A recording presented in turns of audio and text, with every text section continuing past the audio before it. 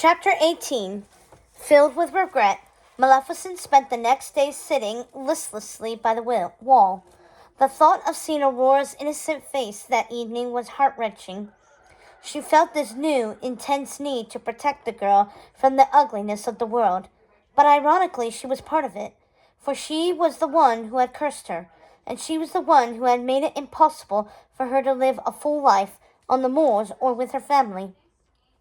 And Maleficent thought with a sad laugh, Aurora had been the one to remind her just how important family and friends were. Aurora's birthday was swiftly approaching, and Maleficent felt more hopeless, more powerless with every day that passed. By the time Aurora arrived that night, Maleficent was overtaken by feelings she had thought she had left behind, but never one to show her pain or fear.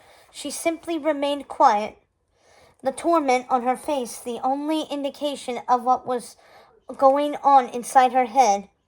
Unaware of what her fairy godmother was going through, Aurora prattled on about the cake she had made that day. She had to go far to find the berries, but it had been worth it, she said, as the ants were very fond of sweets.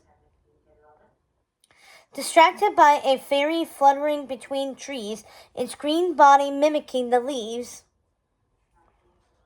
Aurora interrupted herself again, asking, "Do all the fair folk have wings?" "Most do," Maleficent replied shortly, not in the mood for conversation. It was hard enough just listening to Aurora's sing-song voice without breaking down, admitting that she had cursed her, and then begging for forgiveness. But Aurora didn't take the hint. "Then why don't you?" "It's not anything I wish to talk about," Maleficent said softly. "I'm just curious, because all the other fairies have wings, and—" It was too much for Maleficent. "Enough!" she snapped. Aurora instantly became quiet, and they walked on in silence. Glancing at the princess, Maleficent saw that her face had grown pale, and her eyes were watery. Seeing the pain she had caused, Maleficent softened. "I had wings once," she said, her voice barely a whisper, the pain sharp just from remembering them. "But they were stolen from me, and that's all I'll say about it." But she had given Aurora only a tidbit of information, and the princess wanted more. "What color were they?" she asked, growing excited. "How big were they?" Looking off into the distance, as though she could see them on the horizon, Maleficent smiled sadly. "So big they dragged me behind me when I walked, and they were strong." As she spoke of her long-lost wings, she felt an itch on her back where the scars remained. "They would carry me above the clouds and straight into headwinds. They never faltered, not even once. I could trust them." As her words faded, Maleficent dared not look at Aurora. She had never said those words aloud, never admitted to anyone just how much the wings had meant to her, and how much it had hurt when Stefan took them away.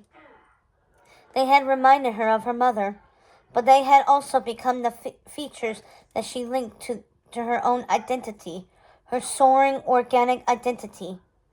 Suddenly, she felt long fingers intertwined with hers. Looking down, she saw that Aurora had put her delicate hands in hers. It was squeezing tight. Meeting her gaze, Maleficent saw the pain she felt reflected in Aurora's eyes. It overwhelmed her. Slowly, she pulled her hand free. She had already lost so much she loved, and now it was only a matter of time before Aurora, too, was taken away. Maleficent's wings were carrying him, higher and higher into a sky the color of soot. He struggled against them, kicking wildly. Soon he saw their target. The thorn wall gleamed in the moonlight below him. The boulder-sized thorns pointed up. The wings were taking him right above it. Even if he survived the fall, he would never survive the impalement he was sure to experience. Just as he felt the wings let go, Stefan woke up, gasping in his chamber. Another nightmare. Would those wings never cease haunting him, even in sleep? Quickly, he got dressed and headed to the battlements. He needed to be active. to see the progress his men were making. But as Stefan approached the scene, he was sorely disappointed. Nothing was being done. There were no workers in sight besides the overseer of the iron workers, who was snoring loudly in the corner. Stefan grabbed a bucket of water and threw it on the sleeping man. The overseer bolted up, shocked and disheveled. "Where are your men?" Stefan asked. "In their beds, Majesty," the overseer responded, shivering. "Get them back to work, without delay." The man hesitated, unsure how to refuse the king. "They're exhausted, sire, but I'll have them back to work at first light." "I need them back to work now," Stefan insisted. The overseer wasn't sure what the king meant. "Work now?" "It's the wee hours," he started. Aye, the king agreed. "It's the wee hours, so wake them up, sire." His patience exhausted, Stefan slammed the man against the wall. "So wake them up and get them back to work, now. We're running out of time. Go now." For the next few days, Maleficent walked around in a conflicted daze. She barely spoke, didn't eat, and didn't even bother tricking the pixies or turning Diaval into various animals. Even being in her grove or running her hands over the velvety cattails gave her a little comfort. More and more often she found herself making her way to the shores of the dark pond.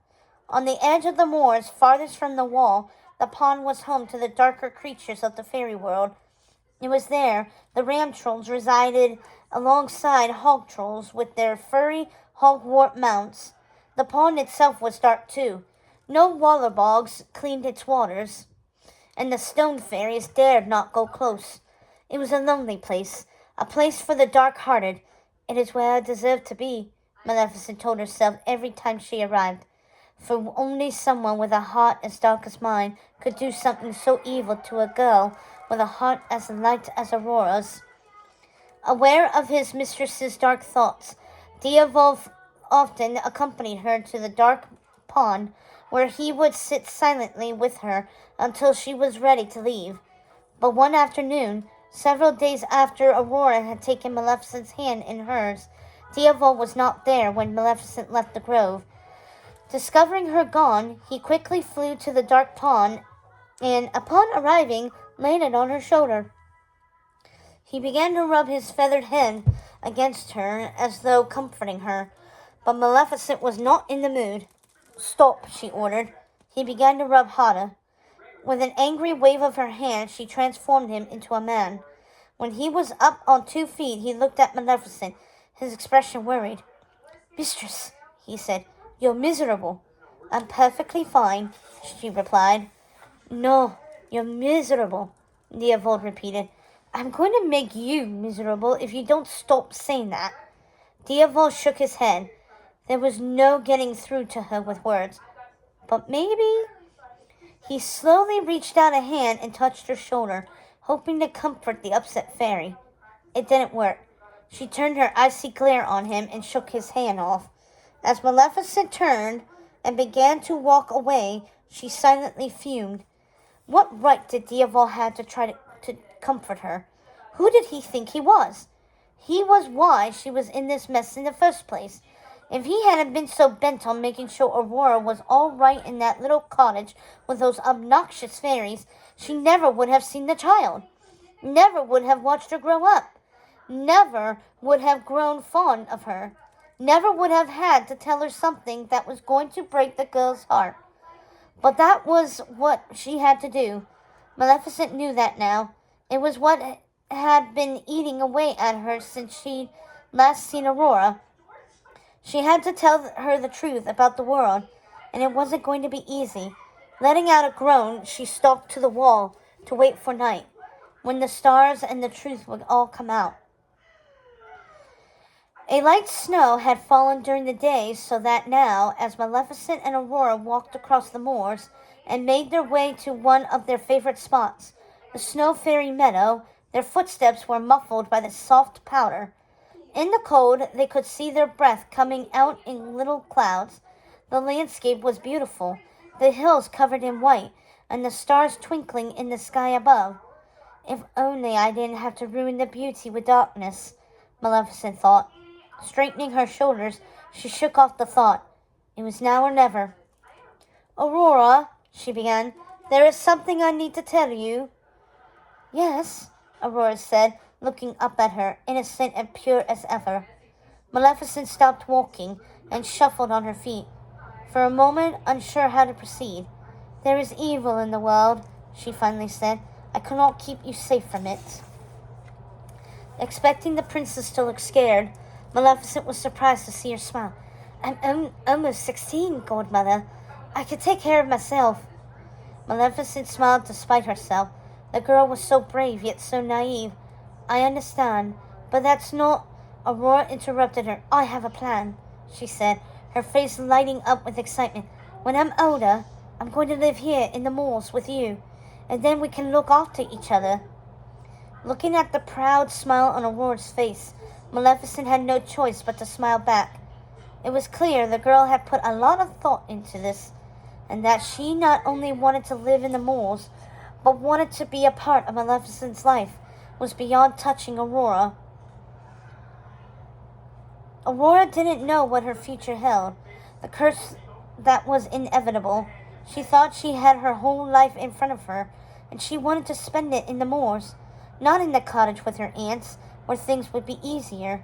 There she had a home, and was surrounded by family. At least, she thought they were family. There in the moors, she would have only the woodland creatures as companions.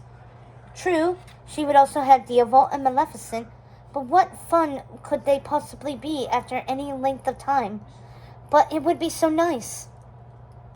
As Aurora's words sank in, Maleficent's heart began to beat faster. Wait a minute, she thought. Why didn't I think of it sooner? Maybe, just maybe, there was a way to prevent the curse and give Aurora what she wanted, and frankly, what Maleficent wanted, too. If the girl lived in the moors, she would never be able to touch a spinning wheel. She could avoid the fate placed upon her nearly 16 years earlier. Her excitement building, Maleficent turned to Aurora. You don't have to wait until you're older, she said.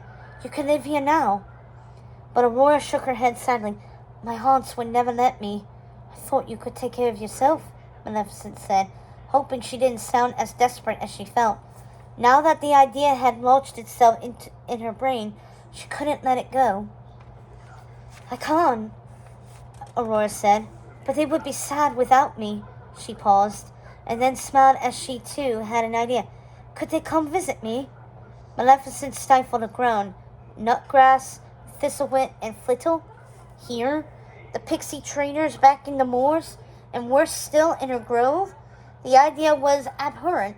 The three little pixies had abandoned their home to live with the enemy, and yet they had raised Aurora. And while it pained Maleficent to admit it, they hadn't done that bad a job, even if it had taken a little unseen help from her and Diavolt. Looking down at the hopeful expression on Aurora's face, Maleficent knew she had no choice.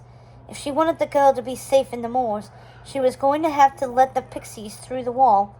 Though it wouldn't be all the time, just every once in a while, but that was something she and Aurora could discuss at a later point. For now, she was simply going to say yes.